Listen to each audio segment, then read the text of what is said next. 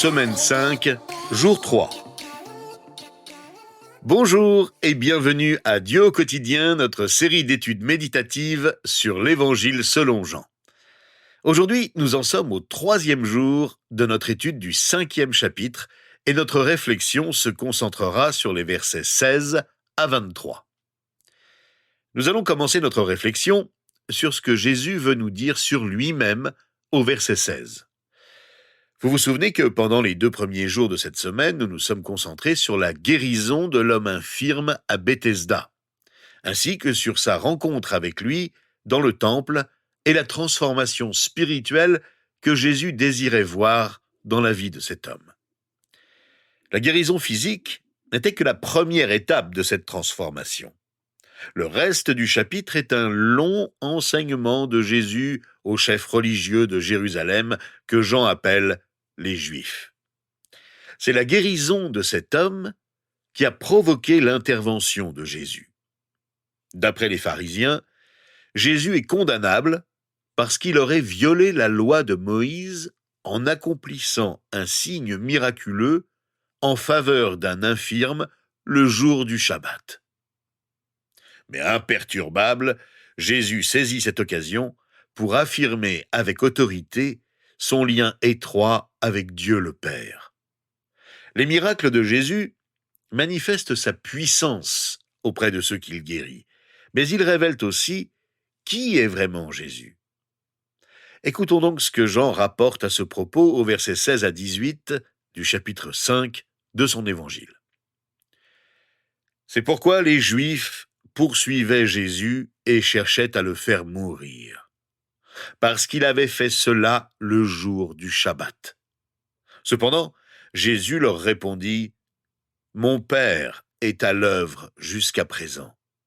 Moi aussi, je suis à l'œuvre. » Voilà pourquoi les Juifs cherchaient encore plus à le faire mourir, parce que non seulement il violait le Shabbat, mais il appelait aussi Dieu son propre Père, se faisant lui-même égal à Dieu.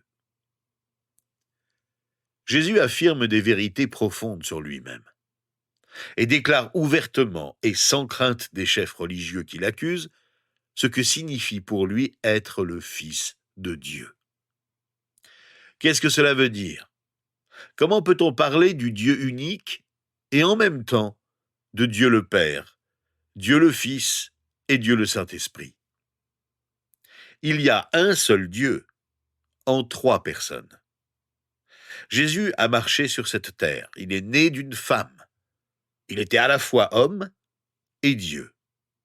Et dans son discours aux pharisiens, Jésus décrit ce que signifie pour lui être le Fils de Dieu, l'une des 3 personnes de la Trinité. Le Père et lui sont un. Le Père, le Fils et le Saint-Esprit sont un. Jésus, pleinement homme, déclare cette vérité éclatante aux pharisiens avec sa voix toute humaine.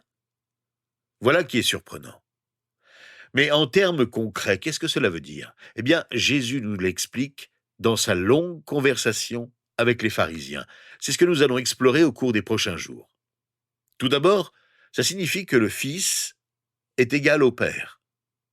Je sais que, dans notre façon de penser, nous pensons que les fils naissent toujours d'un père. Mais lorsque Jésus a utilisé le terme « Fils de Dieu », il voulait dire qu'il est égal au Père. C'était une façon de dire les choses à son époque. Il a appelé Dieu son Père. Et les pharisiens l'ont bien compris. Ils ont compris que lorsqu'il disait cela, il voulait dire qu'il se faisait égal à Dieu. Depuis, Jésus nous a tous enseigné à appeler Dieu notre Père. À son époque, personne n'appelait Dieu Père. Donc pour lui, dire cela revenait à dire « je me mets au même niveau que Dieu ». Les pharisiens l'ont compris. Et Jésus n'a pas nié qu'il se faisait égal à Dieu. Il n'a pas essayé de les corriger. Au lieu de ça, il s'est efforcé de prouver qu'il était égal à Dieu. Quiconque prétend que Jésus ne pensait pas qu'il était Dieu, qu'il ne savait pas qu'il était Dieu et ne l'a pas enseigné, n'a pas lu ce passage du chapitre 5 de l'Évangile selon Jean. Jésus dit clairement qu'il est Dieu. Le Fils est égal au Père. Il appelle Dieu son Père. Et il ajoute que le Père et le Fils sont toujours à l'œuvre. Les pharisiens étaient contrariés au point de vouloir tuer Jésus, parce qu'il avait guéri un homme le jour du Shabbat. Eh bien, leur répond-il, Dieu est à l'œuvre le jour du Shabbat. Il s'est certes reposé le premier jour du Shabbat, la Bible nous le dit. Mais s'il n'était pas à l'œuvre constamment, même les jours de Shabbat, la création cesserait d'exister. Rien ne serait maintenu en place. C'est pourquoi Jésus dit « Moi aussi, je suis à l'œuvre, car le Père et moi sommes égaux. » Cela dérangeait les pharisiens. Ils voulaient continuer ce défi. Mais ils n'en étaient pas capables, parce que Jésus n'avait pas fini de les enseigner. Il avait beaucoup à leur dire ce jour-là. Jésus leur dit ensuite ce que signifie être le Fils de Dieu, comme on le lit au verset 19 et 20. En vérité, je vous le dis, le Fils ne peut rien faire de lui-même, sinon ce qu'il voit le Père accomplir. Tout ce que le Père fait, le Fils aussi le fait pareillement. En effet, le Père aime le Fils et lui montre tout ce que lui-même fait. Et il lui montrera des œuvres plus grandes que celles-ci, afin que vous soyez dans l'étonnement. Il est important de comprendre ça au sujet du Fils de Dieu. Jésus, le Fils, est égal au Père. Mais pendant qu'il était sur terre, il était soumis à la volonté du Père. Il a fait ce qu'il a vu son Père faire quand il était dans les cieux en sa présence. Cette déclaration étonnante révèle l'humilité de Jésus-Christ quand il était parmi nous. Certains pensent que parce que Jésus était soumis, parce qu'il faisait ce qu'il voyait le Père faire, ça signifie qu'il était en quelque sorte inférieur à Dieu. Non. Jésus, dans sa condition humaine, s'est limité, mais il ne s'est pas diminué. L'une des raisons pour lesquelles il s'est soumis à la volonté du Père est de nous donner un exemple. Jésus dit ici, « Je ne peux rien faire par moi-même. Je ne peux faire que ce que je vois le Père faire. » S'il en est ainsi de Jésus, il en est de même pour nous.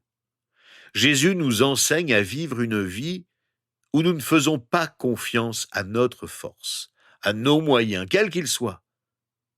Mais nous désirons que nos vies soient modelées sur l'œuvre de Dieu, l'œuvre de notre Créateur, l'œuvre de notre Sauveur.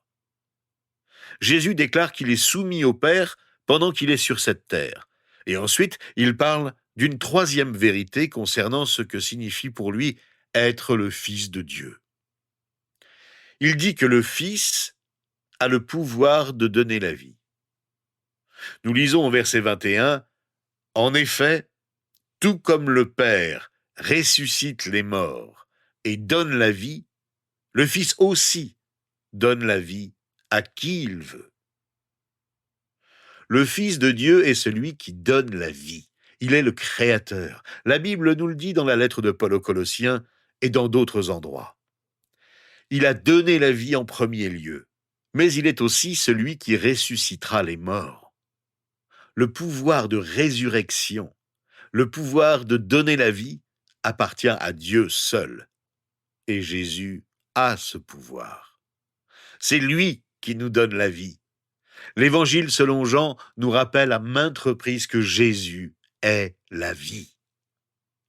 Alors la question que je dois me poser, la question que je dois vous poser aujourd'hui est celle-ci. Est-il votre vie aujourd'hui? Cherchez-vous quelque chose d'autre, quelqu'un d'autre, pour vraiment vous donner la vie? Nous voulons tous une vie abondante, passionnante et agréable, et il y a beaucoup de choses qui nous le promettent. Eh bien, le Fils est celui qui a le pouvoir de donner la vie. Et c'est lui qui va nous donner la vie éternelle. Au commencement, c'est lui qui nous a créés et nous a donné la vie. Jour après jour, tout au long de la journée, c'est en lui que nous trouvons la vie. Il est la résurrection. Il est la vie. Que signifie être appelé le Fils de Dieu?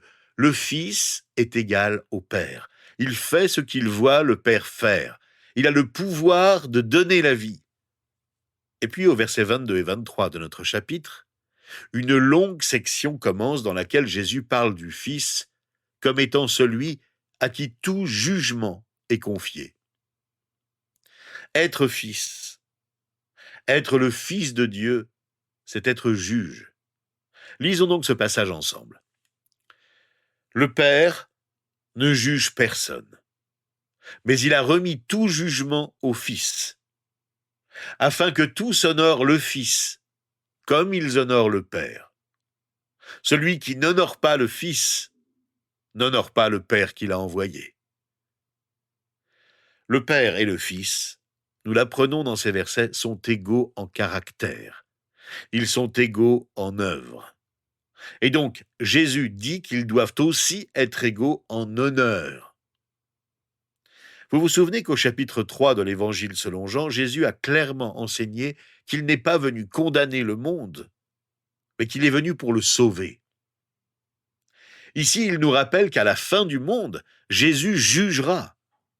Il est venu la première fois en tant que sauveur, mais il reviendra la deuxième fois en tant que juge.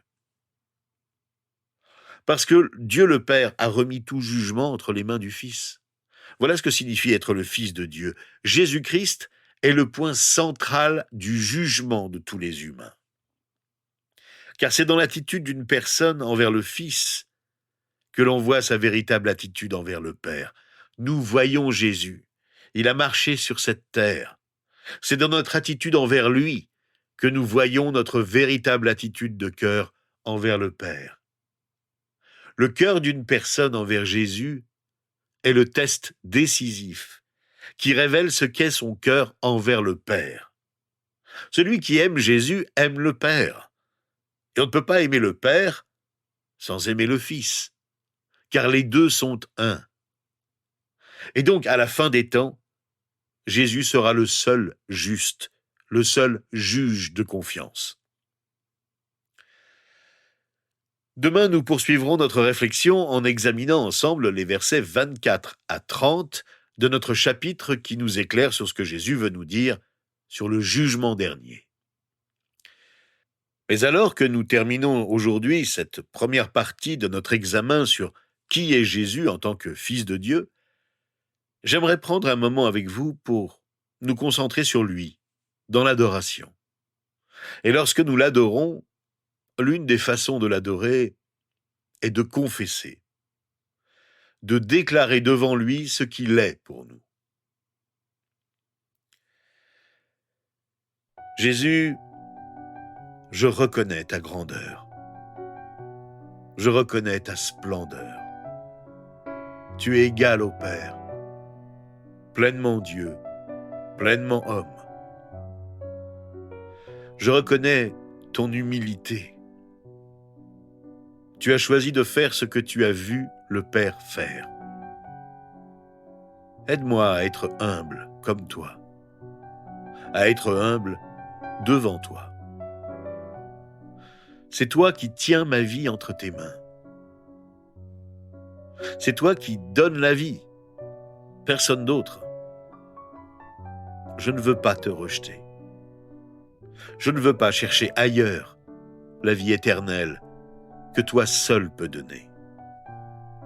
Seigneur, je te reconnais comme le seul juge juste. Le jugement du Père a été confié entre tes mains. Je sais que je peux te faire confiance en tant que mon juge au dernier jour.